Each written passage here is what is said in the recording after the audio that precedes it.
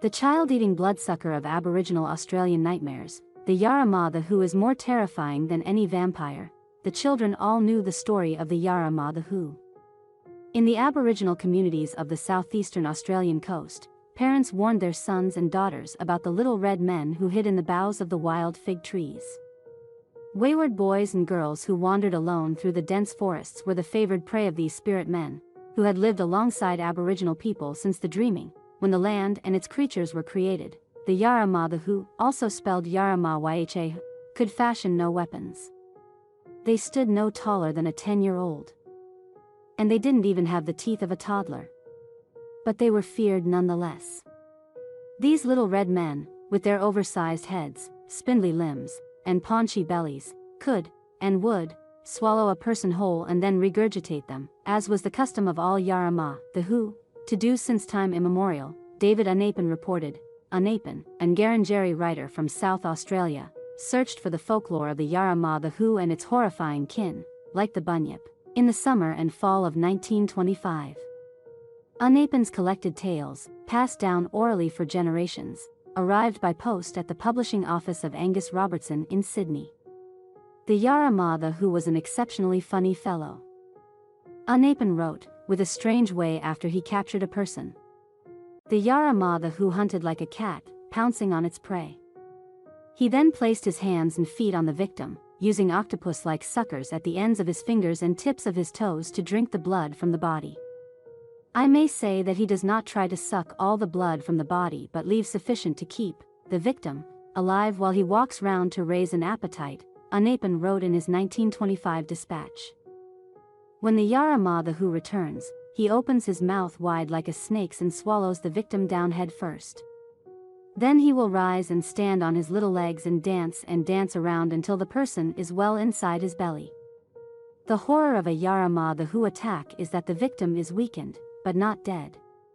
The spirit man, full from his meal, will lie down to nap, and when he wakes he will do just what the whale did to Jonah, spew him out. But the person who emerges from the belly of a Yarra the Who is forever changed, Unapen wrote. It would be obvious in their appearance. After the first encounter with the spirit man, the victim would be shorter. After a second unfortunate meeting, the victim would be shorter still. And if one felt the fingers of a Yarra the Who for a third time, the gruesome transformation would be complete. The victim would become a Yarra the Who themselves. What had once been human would now be hunting them. That's the creature, hauntingly creepy, and yet surprisingly practical from a community organization standpoint, says Emily Zarka, a professor at Arizona State University who studies monster tales and is the host of Monstrum on PBS. The Yarra the Who embodies traditional knowledge. In the heat of the summer or the hailstorms of the winter, the legend reminds listeners that it is better to take shelter under the rock ledges of the cliffs than the thick-boughed trees of the forest where animals hid.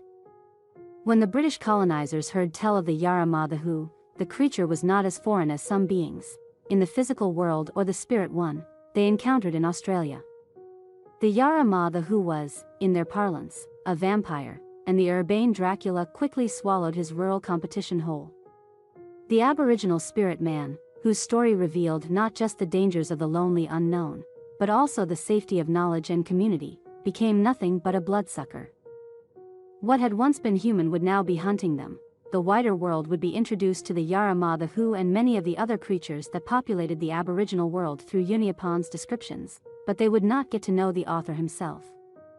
After Unapen penned his accounts in preparation for a book, a misunderstanding developed between the author and his publisher.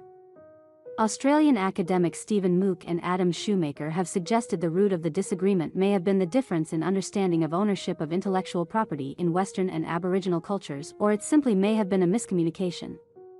Whatever the cause, the result was that Unapen's carefully collected folklore was published in 1930 by William Ramsay Smith, a Scottish doctor, who presented Unapen's work as his own, almost word for word, in Myths Legends of the Australian Aboriginals.